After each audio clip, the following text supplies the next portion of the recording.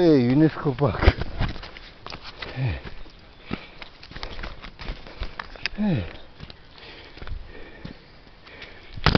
Conran might have seen earlier, a couple of weeks ago.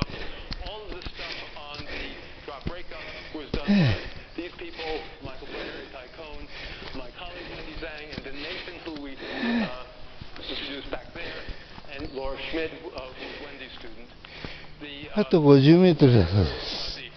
Water bell work was done by Jiang Sheng, my other colleague Heinrich Jaeger, and then all the work on the splashing was done by all of these people. And so these are subsequent Guard, but postdocs, graduate students, and undergraduates who are in my lab. And with that, I want to thank you very much.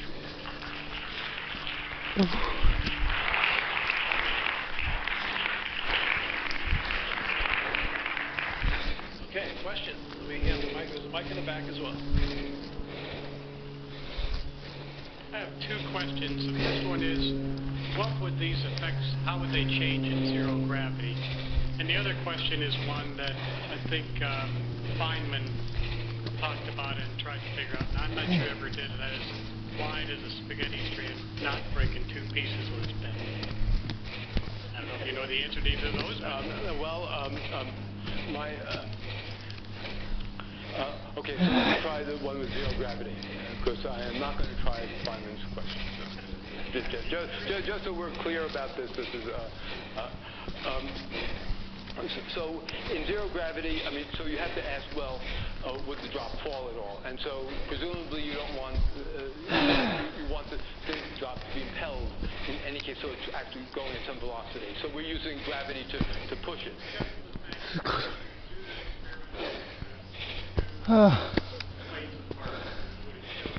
Okay. Yeah, so I think all of those things. So gravity, as you saw when I turned the drop around, drops out of the picture for many things because it only works on objects that are bigger than a certain scale.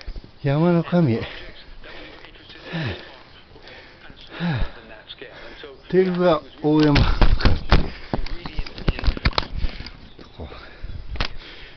思い出は。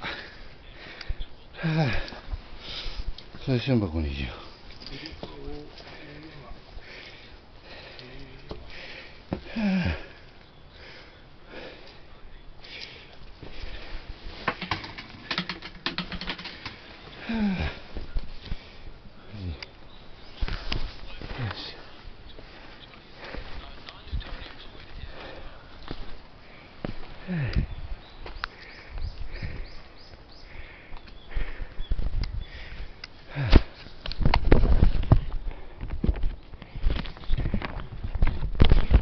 ここ何メートルぐらいからですかね。もともと高いから400ぐらいあるんじゃない。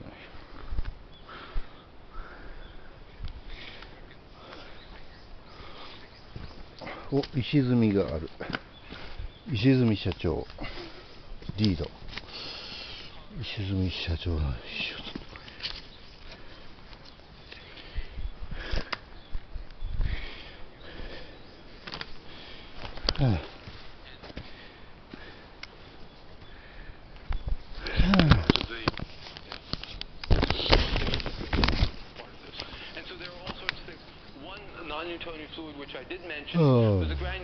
大山神。大山君思い出す。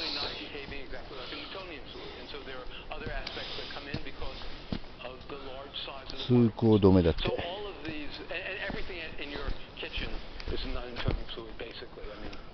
保育しているんや。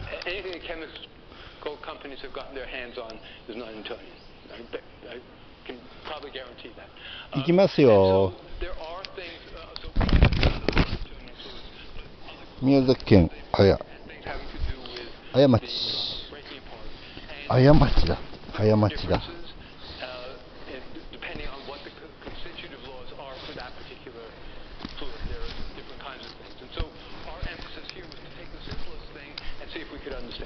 That was where we went, but then other people have gone and done more on that.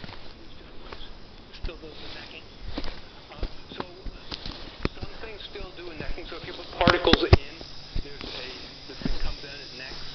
So granular so a very dense suspension of grains in the liquid.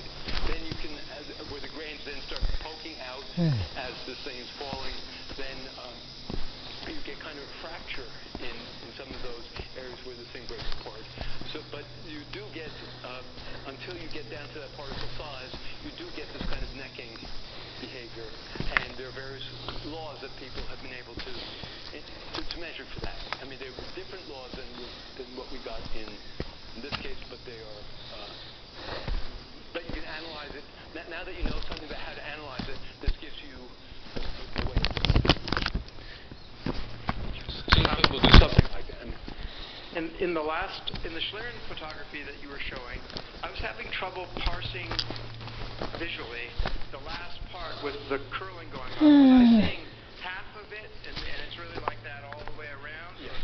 So I am really surprised at how nice that turns out. Right? I mean, that is, so it's doing this in, it's a donut, right? And so you're seeing all of it. But when you're seeing it here, you don't really see anything, the structure. And so it's only at the edges that you see the structure. It wasn't that we try to focus on just those edges. We're still focusing on the whole thing, but that's the part that comes through. So that is, you're surprised, and I'm surprised too at that, how nice that turns out. But these people were very good. Jim? How much of this is really a surprise to me, or for example, to Michael Brenner? Is the necking something that if he just put the best hydrodynamic equations on his computer that he would not see? Yes. So there are a variety of things. So when we worked with Michael on this, he was a student in the lab, and so the computer simulations that were able to be done in those days was not very good at having two different viscosities. So that was one thing. And so that's something that's still a problem even now, to really be able to get big viscosity contrast in these phenomena. So that's one thing. The second thing is that in the I showed one of these things. So let's see if I can go back to this one. Okay. This one, I told you it formed the long thing, forms a neck. Okay, that you could have gotten from the Navier-Stokes equations, right? But I said that the next step, if I'd done a little later, it gets thinner. That's not a Navier-Stokes equation. That's noise that inherently always is there because it's so sensitive on the atomic scale that it's even at when you're 1 micron neck size, so you can still see it. If one atom was out of place, that would have been enough noise to trigger the next thing over and over again.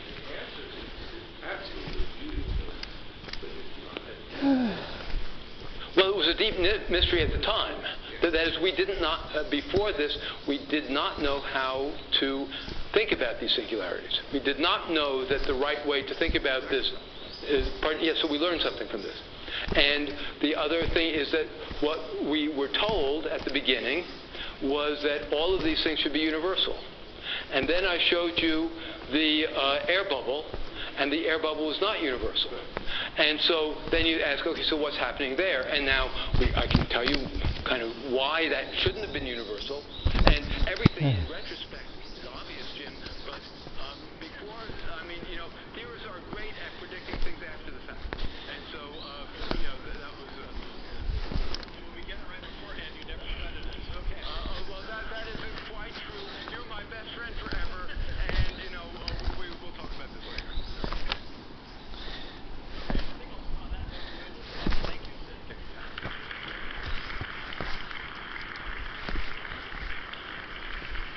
me just remind everybody we've got cookies and drinks, etc. in the adjacent courtyard, so please don't leave it all for the postdocs.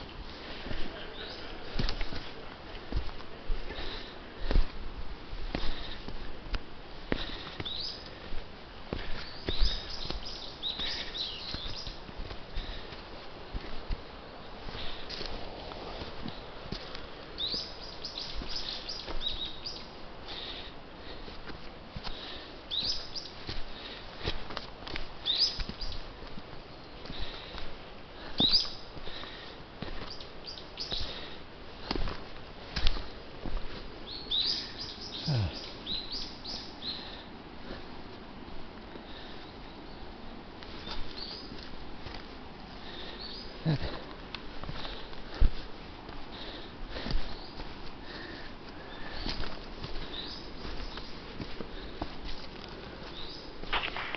a lot, Lars, for your kind introduction.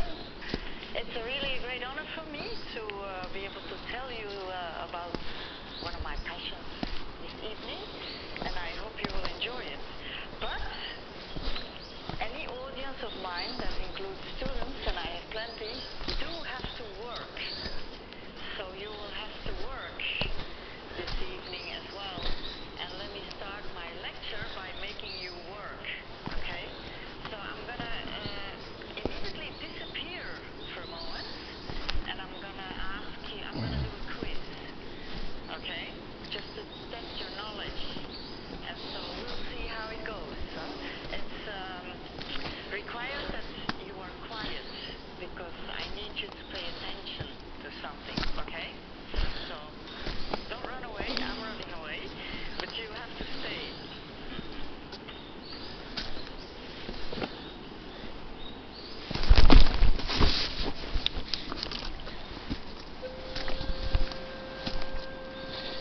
Ah, whatever.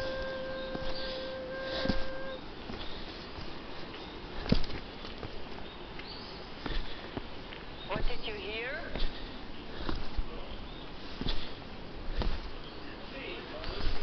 A flute. Yes. Good students. A flute. I'm gonna disappear again. Okay?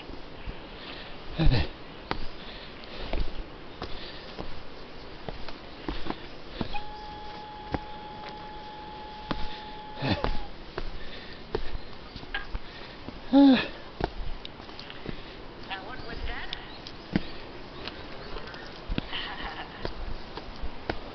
Ah. A recorder? I'm gonna do that again. Ah. もうええわ。折り返してた。A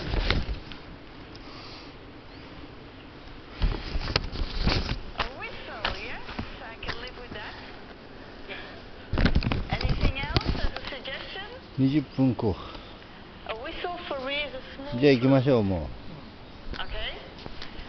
So this talk is about stars, う。は butあ、は I was playing these two instruments. And so what you あ、もう面 were 白い hearing な。 were sound waves は that I created by blowing a big flute and a smaller flute. Okay? And the bigger flute had the lower tones, and the smaller flute had higher tones. I want you to remember that throughout the talk. いい山 Because や。 that's part of the story I'm 面 going to 白 tell そうや you. な。For me, stars and star quakes, stars are just instruments, musical instruments. And so that's why I always like the analogy with music that you know of. And I see this beautiful piano here. I didn't know it would be here, but I can't play it anyway. So I couldn't take that chance. So let me start off by moving to stars. すんげえ奥行きやな。 Shining. They're shining because they happen to be able to do nuclear fusion. They are nuclear reactors. We cannot do that very safely here on Earth to create energy. But stars are really stars in that. Yeah. And so they shine. あ The planets, I want to set that straight because we're talking about both stars and about planets. We do see the planets of our solar system in the night sky. That's because they reflect solar light. So planets are not able to create radiation in the same way as stars do. That's because inside the stars, the temperature and the density of the gas, because stars are just highly nuclear, is so high that they are able to do nuclear fusion, nuclear reaction. So this is the concept of density in radiation, and that's how stars shine. So because planets あ。ああ。 they can just reflect the light of their stars, so to speak. They are much fainter in brightness. And so you have to imagine that if we would be somewhere else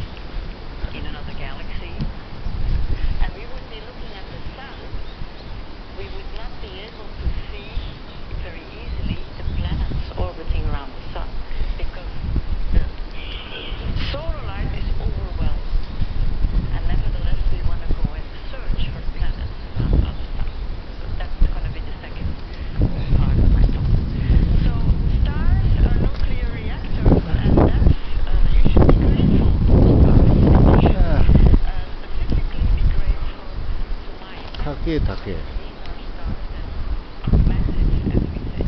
So they contain more material than the sun. Typically 5 to up to 200 times more material than the sun, because the larger the mass of the stars when it's born, the more efficient, so to speak, is the nuclear reactor inside of it. And so by doing nuclear fusion, stars can build up chemical elements. So when the Big Bang happened and the universe was born, there was mainly only two very light elements, hydrogen and helium. And everything else was created inside stars.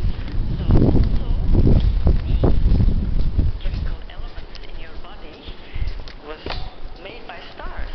So you should be grateful, because we wouldn't be sitting here. Okay? Now, we know more or less how that works, and so that's quite well understood, but still we have a lot to learn. And stars, they are not only born when they are able to do nuclear fusion, but they also lead a life. And here is a 歩く sort of a schematic 世界であった。 picture of stellar life in the case of the sun, our own sun, the star we know best. 過ち優秀賞。 So the sun was born out of a dusty cloud, let's say, in